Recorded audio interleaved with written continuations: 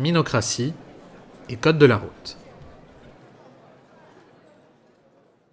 Ceci est un 7e épisode de réponse aux questions que l'on me pose lorsque je présente l'idée de la minocratie autour de moi. Pour en comprendre les tenants et les aboutissants, je vous invite à aller écouter la lecture complète du texte initial et celle du chapitre 11, ajouté a posteriori, qui présente le concept de minocratie en tant que tel. Vous les trouverez sur Instagram, sur YouTube ou sur Deezer. Mais, pour en faire un rappel rapide et contextualiser ce que je vais dire, il s'agit d'un système de prise de décision politique dans lequel on refuse de faire confiance à une élite dirigeante ou à la délibération, et où on applique toujours aveuglément les exigences des personnes qui subissent des inégalités avérées. Du coup, dans cette configuration, tant qu'il subsiste des inégalités, les gens qui les subissent ont individuellement le pouvoir d'imposer de nouvelles lois à l'ensemble de la société. Le seul moyen pour que ça s'arrête est de proposer des lois qui créent une égalité réelle, et c'est justement l'objectif recherché. Cependant, pour que ce système fonctionne et éviter les abus, il faut que les réformes demandées respectent impérativement 3 conditions. 1. Ne retirer à personne, de quelque manière que ce soit, même temporairement, son droit ou sa capacité à exiger des réformes à l'avenir selon ces mêmes règles. 2. Ne pas imposer ou risquer d'imposer à qui que ce soit des conséquences non immédiatement réversibles par d'autres réformes. Et 3. Ne pas interdire une pratique tant que celle-ci ne provoque pas d'autres inégalités que l'inégalité d'accès à cette pratique en tant que telle. Les réformes qui ne répondent pas à ces critères sont rejetées en bloc et ne sont tout simplement pas appliquées. Mais, si le principe est que seules les personnes qui subissent des inégalités peuvent prendre des décisions politiques, comment prend-on toutes les décisions qui n'ont strictement rien à voir avec les inégalités ? Comme par exemple choisir le type de prise électrique que l'on va utiliser ou pour décider du contenu du code de la route. C'est une question que l'on m'a posée un jour et qui est intéressante car elle soulève en réalité un manque dans mon texte initial. De fait, pour que celui-ci soit digeste, j'ai décidé de l'épurer au maximum en ne conservant que les éléments absolument nécessaires à mon argumentation et au cheminement de pensée qui amène à la conception des différentes lois de la minocratie.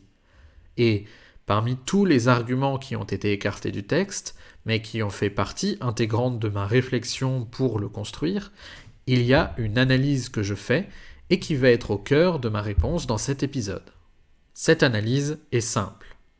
Il n'existe pas de décision politique qui ne concerne pas directement au moins une inégalité. Pour dire les choses autrement, toutes les décisions politiques consistent en réalité à gérer des inégalités. Pour comprendre comment j'en arrive à cette conclusion, il faut d'abord comprendre ce qu'est une décision politique. De fait, toutes les décisions que l'on prend dans la vie ne sont pas des décisions politiques. Lorsque je décide de ce que je vais manger ce soir, ce n'est pas une décision politique. Ce qui, selon moi, caractérise une décision politique, c'est que celle-ci a vocation à s'imposer aux membres d'une société donnée. C'est-à-dire que les membres de cette société, qui sont concernés par cette décision, ont théoriquement l'obligation de s'y conformer. D'ailleurs, les modalités d'application de telles décisions font en général état de moyens de coercition en cas de refus. Mais cela veut aussi dire qu'on ne prend une décision politique que lorsque l'on ressent le besoin d'imposer quelque chose à un ou plusieurs membres de la société. Parce que si les individus agissent déjà comme on le souhaite, qu'ils décident déjà par eux-mêmes et en toute liberté d'agir de la manière dont on veut qu'ils agissent, alors il est inutile de prendre une décision qui consiste à leur imposer de faire ce qu'ils font déjà. À mon sens, on ne prend une décision politique que lorsque l'action de certaines personnes pose ou risque de poser problème, c'est-à-dire lorsque celle-ci tend à ou risque de nuire aux intérêts d'autres membres de la société. Or, je ne crois pas me tromper en disant que ces personnes qui agissent de cette manière nuisible pour d'autres le font parce qu'elles estiment que c'est dans leur intérêt. Ce qui m'amène à la conclusion qu'une décision politique consiste toujours à gérer un conflit entre les intérêts des uns et les intérêts des autres. Donc, à gérer une situation d'inégalité, qu'elle soit effective ou potentielle. Et effectivement, si j'analyse plus en profondeur la question des prises électriques ou du code de la route, il me semble clair que cela concerne en fait des inégalités. Une absence de normes imposées pour les prises électriques obligerait à se procurer certains appareils électriques plutôt que d'autres ou des adaptateurs, ce qui rendrait l'accès à l'usage de l'électricité ou à certains appareils électriques plus difficile pour certaines populations, ce qui est bien une inégalité. Et on peut aussi mentionner que choisir tel type de prise électrique plutôt que tel autre favorisera de fait toutes les personnes qui utilisent déjà ce modèle par rapport aux autres et qu'il est donc nécessaire d'accompagner cette décision de compensation pour permettre à ces autres d'opérer le changement. En ce qui concerne le code de la route, c'est encore plus flagrant. Les limitations de vitesse en agglomération servent très clairement à protéger les riverains du bruit ou de la pollution, ainsi que les piétons contre les accidents, face aux intérêts des automobilistes. Même les règles de passage à un croisement ont pour objectif de gérer un conflit d'intérêts entre automobilistes, celle où celui qui passe est privilégié par rapport à celle ou celui qui doit attendre que l'autre passe. C'est là encore une inégalité. Aussi futile que paraissent ces inégalités face aux discriminations systémiques, elles n'en restent pas moins légitimes pour permettre à celles et ceux qui les subissent de prendre des décisions en minocratie pour les réduire. Le vrai problème que je peux imaginer dans le cadre d'une minocratie, c'est qu'en théorie, il faut attendre que quelqu'un subisse effectivement une inégalité pour prendre une décision et que les règles minocratiques ne permettent a priori pas de traiter les inégalités potentielles qui pourraient apparaître à l'avenir. L'objectif de ce fonctionnement est d'empêcher les gens de se revendiquer d'inégalités imaginaires mais plausibles pour faire passer des lois. Cependant, le souci, c'est que s'il faut attendre qu'un accident mortel ait lieu pour instaurer un code de la route, alors même que la solution pour prévenir ce drame était déjà connue avant celui-ci, alors il y a un problème. Heureusement, dans la réalité, les choses ne se passeront a priori pas ainsi. Comme je l'ai expliqué dans mon précédent épisode, je crois que les gens ont avant tout intérêt à réduire les inégalités qu'ils et elles subissent ou risquent de subir. Ainsi, si une pratique nouvelle voit le jour, et qu'il semble évident que celle-ci présente un risque clair de provoquer des inégalités à l'usage, les individus n'attendront pas forcément qu'un drame arrive pour s'emparer du sujet et feront ce qu'il faut pour empêcher que cela n'arrive. La première solution qui s'offre à ces personnes, c'est de trouver quelqu'un qui subit une autre inégalité, effective cette fois, et de lui demander de faire passer la loi en question. En effet, je le rappelle, en minocratie, les personnes qui proposent des lois sont entièrement maîtresses du contenu de celles-ci.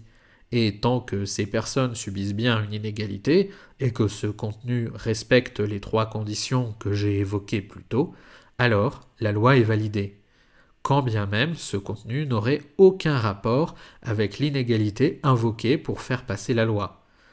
Ainsi, en minocratie, on peut tout à fait demander à quelqu'un qui subit une inégalité d'accès aux glaces au chocolat de proposer une loi qui établisse un code de la route.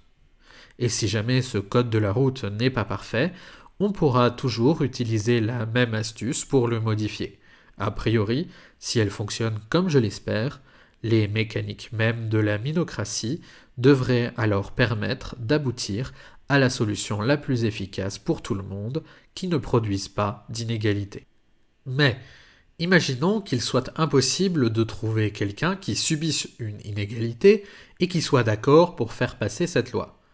Ou que, par je ne sais quel miracle, la minocratie ait à ce point fonctionné qu'il n'existe plus la moindre inégalité effective et donc qu'on ne puisse plus prendre la moindre décision politique de manière minocratique.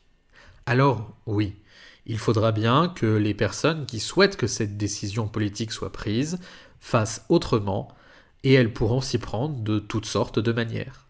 Par exemple, en créant une organisation dont le rôle est de convaincre les usagers d'appliquer cette décision au quotidien, ou encore en organisant un débat démocratique suivi d'un vote à la majorité absolue. Et bonne nouvelle, une telle façon de procéder est totalement compatible avec la minocratie.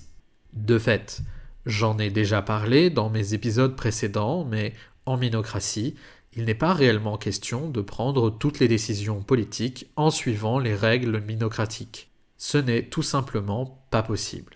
Déjà, il faut un autre système de prise de décision pour prendre la décision de valider ou non une loi selon les critères minocratiques. Ensuite, dans le cas de l'application des lois, il est rarement pertinent que les personnes en charge de l'application prennent leurs décisions de manière minocratique, car c'est un mode de fonctionnement coûteux et peu efficace au quotidien. Mais surtout, de manière générale, en minocratie, le principe de base, c'est que les gens font ce qu'ils ou elles veulent tant qu'aucune loi décidée de manière minocratique ne vient le leur interdire.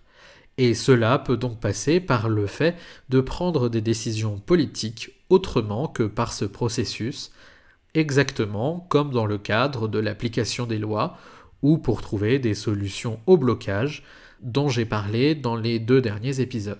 Car oui, en réalité, instaurer une minocratie, en termes de droit, c'est surtout instaurer une hiérarchie des normes particulières où les lois adoptées selon les modalités minocratiques prévalent sur toutes les autres. Cela veut dire que ce sont les décisions politiques prises de manière minocratique qui devront être appliquées en priorité par rapport aux décisions politiques prises selon d'autres modalités. Et donc, en minocratie, il est en fait parfaitement possible de prendre des décisions politiques de manière non minocratique en cas de besoin, sans que cela ne remette en cause les principes fondamentaux d'un tel système, précisément parce qu'au final, grâce à cette hiérarchie des normes, les personnes qui subissent les inégalités sont bien celles qui ont le dernier mot.